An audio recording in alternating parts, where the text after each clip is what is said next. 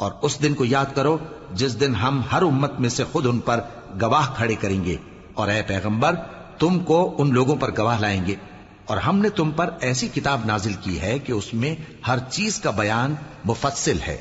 اور مسلمانوں کے لیے ہدایت اور رحمت اور بشارت ہے۔ اللہ انصاف اور احسان کرنے اور رشتہ داروں کو خرچ سے مدد دینے کا حکم دیتا ہے، اور بے حیائی اور نامعقول کاموں سے اور سرکشی سے منع کرتا ہے، اور تمہیں نصیحت کرتا ہے تاکہ تم یاد رکھو۔ اور جب اللہ سے عہد کرو تو اس کو پورا کرو، اور جب پکی قسمیں کھاؤ تو ان کو مت توڑو